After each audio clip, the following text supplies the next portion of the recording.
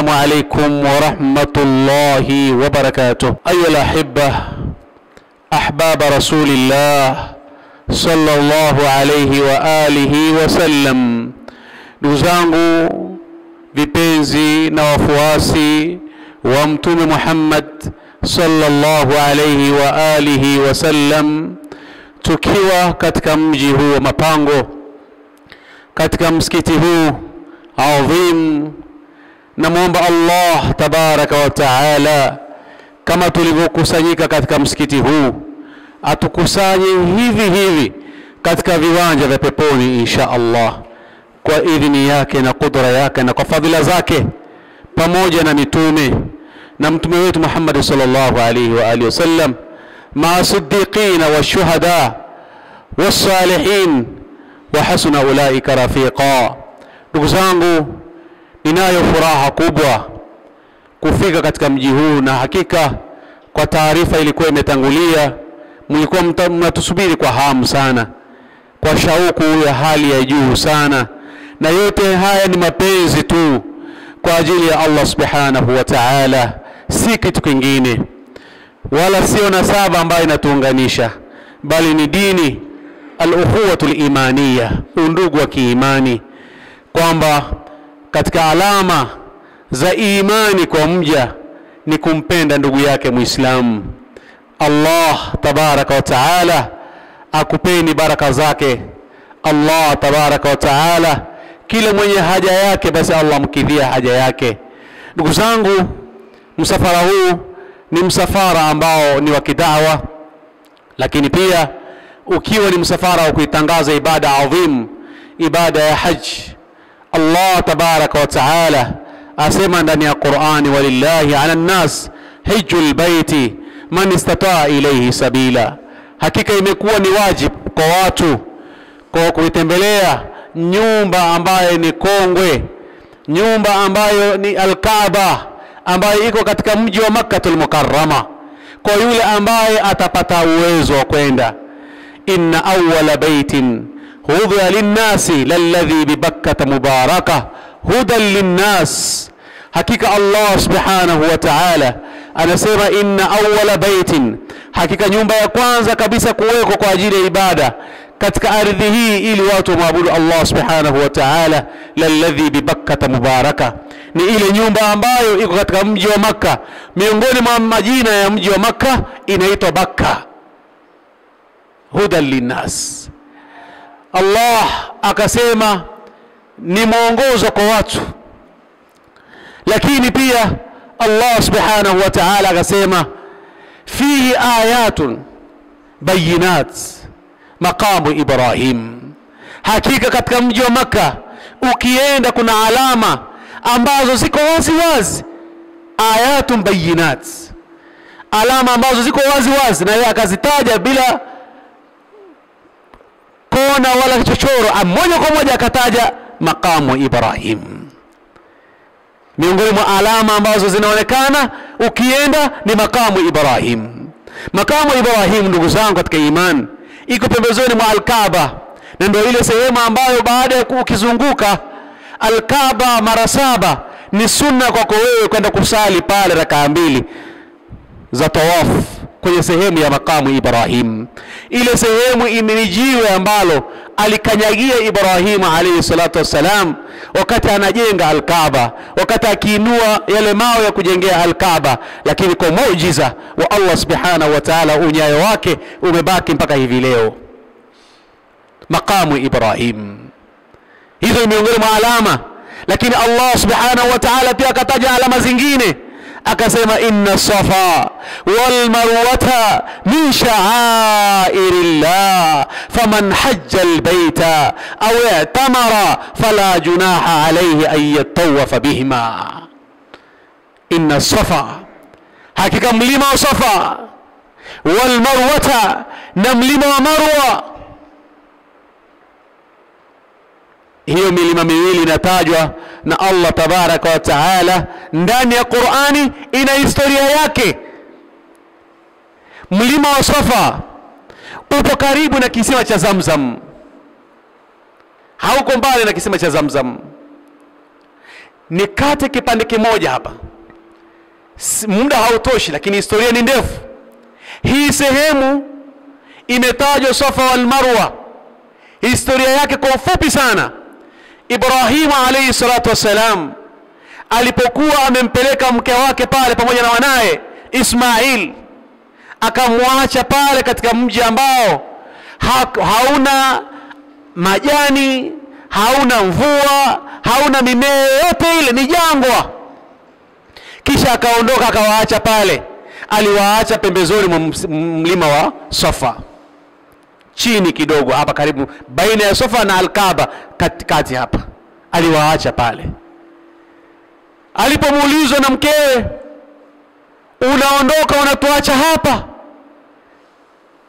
unaondokaje? Ajibu, yuko kimya mzee. Unaondoka unatuacha hapa, imekuwaje? Hajibu. Mwisho Hajar akajiongeza akamwambia, Allahu amaraka bihadha, Allah ndiye ambaye amekuamrisha utuacha hapa katika sehemu hii. Ibrahim akageuka akamwambia, ndio, Allah ndiye ambaye ameniamrisha niwaache hapa. Mama yule Hajar akamjibu mume wake akasema, idhan la yudhayyuna, kama ni hivyo Allah hawezi kutuacha hivi hivi, hawezi kutupoteza, hawezi kututelekeza. Lakini baada ya kupita masafa kadhaa, kilomita 2-3, Ibrahim akaelekea mji wa Makka, akaomba dua akisema, ya Rabb, nimeacha familia yangu, askantu dhurriyati biwadin ghayra dhi zar'in inda baytika almuharram. Ya Rabb, nimeacha familia yangu, nimeiwekea makazi familia yangu katika sehemu ardhi ambayo haina kilimo, haina chochote, mbele msikiti, nyumba kongwe, Al-Kaaba tukufu. Na muomba na nakuomba, ewe Allah, jalia afidatan minan nas tahwi ilayhim, jalia nyoyo za watu ziweze kuwapenda, ziweze kuwakumbatia na kuangalia familia yangu. Ndugu zangu, kwa hivyo pale Hajar, maji aliyokuwa nayo yameisha, chakula alichokuwa nacho kimeisha, akaanza sasa kutafuta angalau aangalie kama kuna watu huku na huku. Mlima wa kwanza alioenda kupanda juu ili aangalie kama kuna watu katika bonde la upande wa pili ni mlima wa Safa. Kisha akashuka akaenda mlima wa pili kule, akaenda Marwa. Kisha akarudi kuangalia mwanae, akamtuliza kidogo mtoto alia. Tena akaenda Safa, alifanya vile mara 7. Kisha ile mara ya 7 wakati anarudi kutoka Marwa, akasikia kishindo kikubwa sana kama alama ya radi, kama alama ya radi imetoka, alama kelele. Kisha akasema, Hajar, aghif in kana laka khairan, tuletee mvua, kwa sababu mungurumo ni kama radi. Pale alipokuwa akipigiza ndipo chemchemu ikatoka. Allahu akbar, sallu ala rasulillah. Hii ni historia fupi, nimefupisha sana ili ujue Safa na Marwa ni alama miongoni mwa alama za Allah subhanahu wa ta'ala alizotuwekea wakati ukienda haji unaziona live. Lakini sababu yake ni mama huyu Hajar pamoja na mwanae Ismail walipokuwa wameachwa na mume wake Ibrahim alayhi salatu wasalam. Ndugu zangu, baada ya utangulizi huu, haya yote utayapata ukifika kule, utayaona ukifika kule. Lakini pia miongoni mwa sehemu ambazo zinaonekana, kuna sehemu ambayo Mtume Muhammad sallallahu alaihi wa alihi wasallam ametufundisha baina ya Hajar al-Aswad na baina Babul Kaaba. Kuna sehemu ambayo inaitwa Multazim, ndogo kama hii hapa. Hapo ndo Hajar al-Aswad, hapa ndo iko mlango wa Al-Kaaba. Sehemu hii iliyobaki hii pembezoni mwa askari anapokaa, ile inaitwa Multazim. Sehemu ile ukienda ukang'ang'ania pale ukaomba Allah subhanahu wa ta'ala chochote unachohitaji unajibiwa hapo hapo. Hata kama mke alikuwa anakusumbua, huna namna ya kutoa talaka, ataondoka mwenyewe. Maana kuna watu wengine kama mke anasumbua, hana namna Sheikh, kutoa talaka hawezi, akwato. Utafanya nini? Sasa wewe nenda tu kumshtakia Allah, ya Rabbi, pale nyumbani hapaeleweki, nimechoka, sina utulivu hata wa ibada zangu, mwanamke ni hatari sana. Kwa hiyo hebu nakuachia, ukirudi nyumbani huko ndio umetoka haji, hayupo Sheikh, kashaaga, kaenda kwao. Ibada ya haji ndugu zangu ni ibada adhim, rukunu min arkani alislam, ni nguzo katika nguzo za Kiislamu, ni wajib. Na yote yule ambaye ametimiza pesa ya kwenda haji na hajaenda anapata madhambi. Unapata madhambi. Unayo pesa ya kwenda haji na hauendi, unaandikiwa madhambi.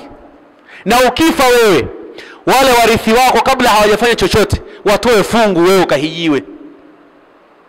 Hii ndio kazi unayotuachia, watoe fungu ukahijiwe. Haki ya Allah, deni la Allah ahaqu ayuqda, deni la Allah ni haki zaidi kulipwa. Watoe fungu ukahijiwe, kwa sababu ulifanya uzembe na unapata madhambi. Sasa ili wakuvue katika lile, watoe pesa. Ndio maana unaona kwa kipeperusha hapo tumeandika kuhijiwa dola 2000. Hii ndio maana ya kuhijiwa. Ni mtu alikufa hakuenda kuhiji, lakini pesa ipo. Au wewe mtoto umepata pesa baada ya mzee wako kuondoka, dola 2000 unayo, nenda kamfanyia ibada mzee wako. 2000 ni milioni 4 tu au milioni 5, toa na change itakapopanda. Lakini Mtume sallallahu alaihi wasallam aliposema bunia alislamu ala 5, Uislamu umejengwa kwa nguzo. Nguzo moja ikiondoka, Uislamu wako vipi? Nguzo ya haji imewekewa man istataa ilayhi, ushapata uwezo nao. Sasa kwa nini usijenge Uislamu wako kamiliki? Allah aliposema al-yawma akmaltu lakum dinakum wa atmamtu alaykum ni'mati wa raditu lakum al-islam dina. Si aya hii Umar bin al-Khattab radhiyallahu anhu anasema, lao mngeniuliza ilishuka wapi na lini na siku gani na saa ngapi, nitawaambieni. Ilishuka siku ya Arafa. Aya hii ilishuka siku ya Arafa baada al-asri, katika viwanja vya Arafa katika Jabalur Rahma. Mtume akiwa katika viwanja vile akihutubia, aya ikashuka, leo nimekukamilishieni dini yenu. Na ndo hajjatul wadaa, hija ya kuaga hiyo. Baada ya hapo Mtume aliishi sallallahu alaihi wasallam siku 81 akaondoka duniani. Kisha akawaambia, alijua kabisa, khudhu anni manasikakum, chukueni kutoka kwangu mimi mfumo mzima wa ibada. Na ndio jina la taasisi yetu tunaita manasik. Khudhu anni manasikakum, chukueni kutoka kwangu mimi mfumo mzima wa ibada ya haji. La'alli la alqakum ba'da amikum hadha, huenda mimi nisikutane na nyinyi baada ya mwaka huu. Kwa pale walichukua mfumo mzima wa ibada ya haji. Lakini si hivyo, miongoni mwa vitu ambavyo tunavipata siku ile ya Arafa ni siku ambayo Allah subhanahu wa ta'ala anaacha huru waja wake na moto mchana kweupe. Tumezoea kusikia imamu Lailatul Qadr, watu wanaachwa huru na nini? Na moto, Lailatul Qadr. Lakini mchana ule ni usiku, mchana ambao watu wanaachwa huru na moto ni siku ya Arafa. Na wanaochuoni wanasema afdalu laila min layali sana, ubora wa usiku katika masiku yote mwaka mzima ni Lailatul Qadr, ni usiku wa Lailatul Qadr. Wa afdalul ayami min ayami sana, na bora ya michana katika michana ya mwaka mzima ni mchana wa siku ya Arafa. Hivi ndivyo walivyoweza kutenganisha, ili kwa ajili kuweza vyote vifanye kazi, kwamba huu ni mchana na huu ni usiku, huu na ubora wake na usiku huu na ubora wake. Usiku wa Lailatul Qadr malaika washuka, tanazzalu malaika waruhu fiha. Hii ni siku ya Lailatul Qadr, usiku hii. Lakini Yaumu Arafa ni siku ambayo malaika wanashuka mchana kweupe. Kisha Allah anasema mmewakutaje waja wangu? Wanasema tumewakuta waja wako wako na nywele timu na mavumbi. Wanainua mikono yao mbinguni. Allah anasema mnadhani wanataka nini? Malaika wanajibu wanasema wanataka msamaha wako. Malaika wanaambiwa na Allah subhanahu wa ta'ala idhhabu, nendeni kawaambieni inni kad ghafartu lahum, mimi nishawasamehe. Ndo siku ambayo Mtume sallallahu alaihi wasallam akasema alhajju Arafa. Hija ni Arafa bwana. Ukikosa Arafa shekhe itabidi urudi mwakani. Kwa ajili ya Arafa tu zote umefanya, lakini Arafa imekupita. Hija yako nakas, haijakamilika. Lazima mwakani upande ndege kwa ajili ya kwenda kukaa Arafa tu. Yale mengine ushafanya mwaka uliopita. Lakini Arafa ilikupita. Kwa hata ukiwa mgonjwa lazima upelekwe, hata na helikopta utapelekwa. Ukae hata lisali moja viwanja vya Arafa. Kwa sababu Mtume anasema alhajju Arafa, hija ni Arafa. Ndio siku baada ya pale watu washasamehewa madhambi yao. Mtume Muhammad sallallahu alaihi wasallam akasema alhajjul mabrur laysa lahu jazaa'un illa aljanna. Haji iliyokamilika, iliyotimia, iliyo nzuri haina malipo isipokuwa ni janna. Lakini pia yeyote yule ambaye hija yake itakuwa imetimia, akatuambia Mtume Muhammad sallallahu alaihi wasallam rajaa ka yaumi waladatu ummu, anarejea kama siku ambayo amezaliwa na mama yake. Ndugu zangu katika imani, baada ya kuyasema haya, mimi ndugu yenu katika imani naitwa Awadhi Suru. Yule alikuwa anaitwa Rashid Njuki, chini yake alikuwa mtu anaitwa Awadhi Suru. Sote ni Warangi, japo mnatuona kama Waarabu Sheikh. Lakini Waarabu ni Warangi ni Waarabu pia, sio? Hata huyu mzee hapo kimwangalia huyu Muhabishi kabisa. Warangi mashallah mmejaliwa. Pembeni yake pale ndo Yemeni kabisa yule. Yule Myemeni kabisa. Tena Hadharamauti ile. Na kilemba kapiga pale. Hadharim. Kwa mashallah watu wakituangalia kwenye media wanaona sasa vijana wa manasik labda ni sisi ni wakai kabisa. Wakai kabisa. Njuki hapo Bukulu hapo. Leroda pale. Sijui Ororimo kule ndo kwa kina Njuki. Na sisi kuna wengine wako Pahi, wengine wako Mondo hapa kina Suru. Kwa hiyo na sisi tupo. Kwa hiyo ni wa nyumbani kabisa, usiogope mzee. Kunisemesha kile cha nyumbani kile, bwana Umware, shamwana Maka. Hata tukienda Maka mzee nitakushika mkono. Kama Kiswahili kinapiga chenga niambia kwa Kirangi. Ahani hai kusendra ahano kwala. Kwa hivyo mimi niwakaribishe tu kwamba niseme kwamba manasik watu walipata taharuki sana na waumini mbalimbali baada ya kusikia ndugu yetu ameondoka. Allah amemchukua. Sasa manasiki ndio ishakufa. Tulikuwa tunamjua Njuki peke yake tu. Sasa manasiki niwaambie ipo. Manasiki ipo inaendelea, na sisi tulikuwa pamoja na Rashid, Allah mrahamu. Tulikuwa pamoja katika safari zote za hija, lakini pia baadhi ya ziara zake. Tuko pamoja. Hata siku ile ndio apate ajali, mimi nilikuwa njiani kutoka Dar es Salaam kuja Dodoma. Tulikuwa na safari ya Singida na tulikuwa tumepanga na vipeperushi, na huyu bwana alikuwa tayari ashachukua vipeperushi. Huyu Sheikh Babu Salam alikuwa ashachukua vipeperushi tayari kwa ajili ya safari za kuanza kugawa vipeperushi hivi kwa ajili ya kutangaza haji inayokuja. Allah akamchukua. Mimi niko njiani napigiwa simu, ndugu yako kashaondoka. Sikuwa na la kusema isipokuwa nikasema nitasema yale ambayo yanamridhisha Allah subhanahu wa ta'ala. Qadara Allah wa ma shaa faala. Allah yeye ndo anatoa na yeye ndo anachukua. Muda wote anaotaka, la yusal amma yaf'al wa hum yusalun. Allah haulizwi kwa kile anachokifanya, sisi tunaulizwa kwa yale ambayo tunayafanya. Kwa hiyo niwakaribishe sana manasik, na nashukuru Sheikh wakati yuko hapa atatupigia debe vijana wake. Kwa hiyo Rashid alipita hapa, lakini sasa hivi Awadhi amepita. Kwa hivyo tuendelee kushirikiana pamoja na kuombeni sana waumini wa hapa Mapango, na kufikisha pia kwa wale ambao ndugu zetu wana uwezo lakini bado hawajafikiwa na ujumbe wa kwenda kuitekeleza ibada hii. Tuwakumbushe kwamba bwana bado kuna jambo moja linakuhusu. Allah amekuruzuku, akiamua anaweza kuchukua hizi mali zake. Hizi mali tunazomiliki shekhe sio zetu, za Allah subhanahu wa ta'ala. Lazima tuzitendee haki miongoni mwa haki zake ili zisiondoke, zifanyie kazi ya ibada. Na hakuna aliyekwenda Makka ima kwa ajili ya kutekeleza ibada ya umra au haji isipokuwa amerudi na Allah akamfungulia milango zaidi. Mwaka jana tulikuwa na alhaji mmoja hapa kwenu, Sheikh Abubakar, tulikuwa naye na mashallah tuliona gari ya mapango iko pale airport. Basi sisi tukawapa tukasema basi hatuna magomvi na waumini, umetoka mapango mpaka hapa, basi mchukueni Abubakar. Lakini Abubakar alikuwa ni wa kwetu sisi, na sisi tulikuwa na gari yetu kumleta mpaka hapa. Kwa hivyo wakawa wameturahisishia alhamdulillah. Sisi tukawa tumepita Chemba, Kondoa, tukaenda Koyondu, tukaenda Madisa, tukaenda Babati, tukaenda Singida mjini pale, tukaenda Manyoni, tukarudi Dodoma, tukarudi Dar es Salaam. Hatujapumzika, ndio tumeshuka kwenye ndege. Tuko na Rashid. Hii ndio kazi yetu manasik.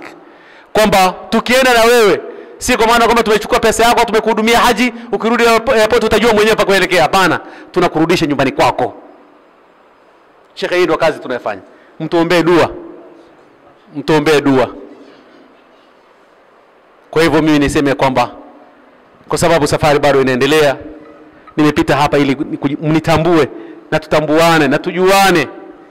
Manasik iko haji, iko katika mfumo wake wa haji, vile vile yale yote ambayo mlikuwa mkiahidiwa yako pale pale. Lakini pia hoteli ziko karibu na haram.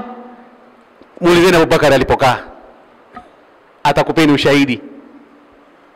Wakati mwingine mwanadamu mpaka atafute ushahidi. Nendeni muulizeni, si yuko hapa mapango, muulizeni mlikalishwa wapi, mbali au karibu. Au jamaa anapiga tu debe. Hapana, sisi hatupigi debe. Manasik imeasisiwa shekhe kwa ajili ya kuwapa faida ya Waislamu wanufaiki. So sisi tunufaiki. Umeona kigari changu nilichokuja nacho? Hata milioni 10 hakifiki. Ingekuwa kujinufaisha, ningekuja na Prado hapa. Na haya mashimo yote nimekata huko. Lakini hicho hapo. Naenda haji na kiacha, narudi na kile naendelea nacho. Faida ambayo tunaipata katika manasik, tunafanyia khairi zingine katika upande wa haji pia. Kuwa tuna ofa tunatoa. Kuna ofa tunatoaga Sheikh. Kama una vigezo tunakupa ofa. Hii ofa tunaitoa manasik ni katika zile faida tulizozipata katika haji 100 ambazo tuliokota vimepitiliza. Lakini sisi umeona hapo kwa peperushi tumeweka 6300. Hii pesa ndio inatosheleza kwenda kwako haji na kutekeleza ibada yako na gharama zako zote utakazozunguka kule na kurudi hapa. Zimeandikwa hapo.